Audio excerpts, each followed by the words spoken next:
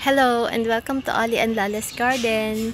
So ang topic po natin ngayon is all about growing fruit trees sa container. Since maraming nagtatanong sa akin kung paano nga ba mag-grow ng fruit trees sa container. Like yung tambes na in-upload ko po sa Facebook page ko. So i-check natin. So eto yon, yung nasa likod ko, yan yung fruit tree na nandito sa container namin. Yan. Yan, at maraming nagtatanong kung paano nakapag-produce ng ganito kadaming bunga. Yan, paano pabungahin ang punong to. Since nakatanim lang din kasi siya sa laton. Yan. So, syempre, unang-una, kailangan natin ng magandang location para sa plants natin. So, itong klase ng puno na to, na tambis, they like full sun. And then, dapat, since nasa container sila, kailangan natin ng magandang nutrition para sa kanila. So, anong kailangan gawin? So, unang-una, tubig. Yan. Water is very important, lalo na kung nasa full sun talaga sila. Kailangan dilig sa umaga at dilig sa hapon. Kailangan natin ng fertilizer. So, anong mga pwedeng gamiting fertilizer? So, we can always use the commercial fertilizer, which is very common. The urea and the complete fertilizer, yung 14-40 natin. Yan. So, we can always use then organic fertilizer like hog manure, carabao manure. Ayan. At saka yung mga compost natin, vermicast. So, they are considered organic fertilizer. Pero dito sa garden, since minsan mahirap talaga maghanap ng organic fertilizer, ang ginagamit ko po is yung commercial. So, pag medyo namumulaklak na, pag feeling ko medyo mamumulaklak na yung puno na to, nilalagyan ko naman yan ng maraming complete fertilizer. Complete plus konting urea. Yan. Yung urea kasi it serves as the nitrogen. So, ang pinaka main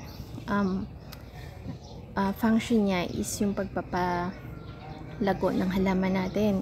While yung complete, pag nasa fruiting stage na siya, yan, yung magpapadami ng bunga, ng bulaklak sa mga halaman. So, kaya ganito ka-prolific yung bunga ng tambis natin. It's because every 2 weeks, nagbibigay ako ng fertilizer sa kanila. Since hindi makagapang ng maayos, unlike sa dun sa lupa, pag tinanim natin yung mga fruit trees, mas marami silang makukuhang nutrition doon kasi yung roots nila mas makaka-expand, makakakuha sila ng iba-ibang nutrition sa lupa. Pero kung nasa container, wala, paikot-ikot lang yung roots nila. So, ikaw is responsible na magbigay ng sapat na nutrition sa ating fruit tree. So, ganun lang din kasimple yung ginagawa ko dito sa garden. Yan. And pili kayo ng mga fruit trees na medyo mabilis mamunga. Yung mga mabilis mamunga ng mga fruit trees, marami tayo dyan. Like mulberry, yan, mga 1 year lang, mga lemon natin, mga lime, mga cherry plants. Tapos, madami ngayon actually kasi usong-uso na ngayon yung mga grafted, yung mga marcot.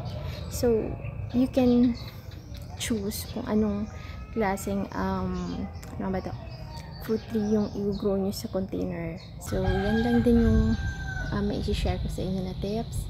So, kung gusto nyo mamunga ng ganyan, yung mga fruit trees nyo, kailangan talaga nagtutulakan.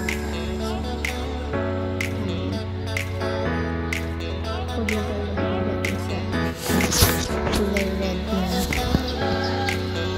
nakamix sa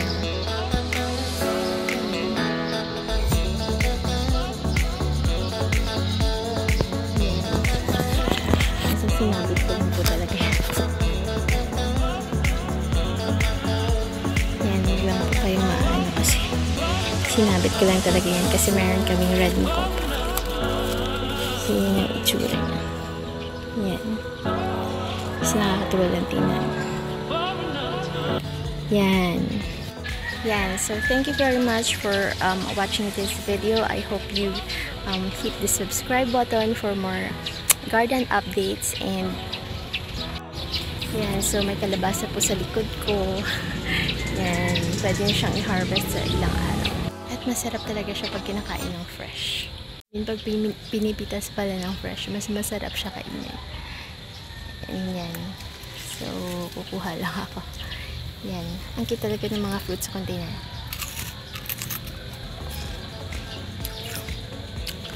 Sobrang tamis niya. Kahit nasa container lang siya. Panalo. So again, this is your Mommy Farmer Che, and see you soon. See you again sa next video na. Bye!